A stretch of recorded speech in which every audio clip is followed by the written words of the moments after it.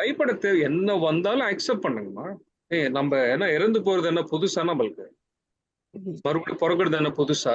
LKG எத்தனை வாட்டி போய் சேர்ந்திருக்கோம். ஏ ஃபார் ஆப்பிள் ஆமா ஒரு ஒரு ஜென்மம் இதே பஞ்சாயத்து தானே.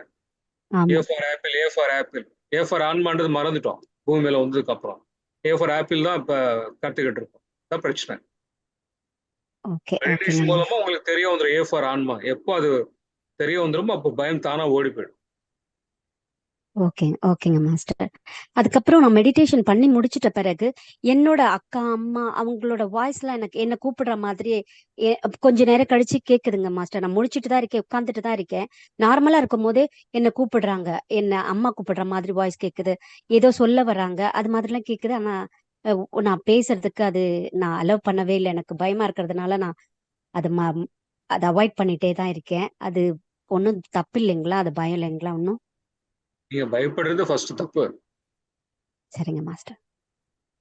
ஓகேவா? நீங்க புரிஞ்சுக்கணும்மா. அந்த பயம் எதனால வருதுன்னு நீங்க புரிஞ்சுக்கணும். நீங்க அந்த பயந்துட்டு வாய்ஸ் இருந்தீங்க. எதனால கேக்குதுங்க மாஸ்டர்? எனக்கு வாய்ஸ் கேக்குது தனியா இருக்கும்போது. ஆமா, அந்த நெகட்டிவ் ஃபோர்ஸஸ் உள்ள என்டர் ஆயிடும்.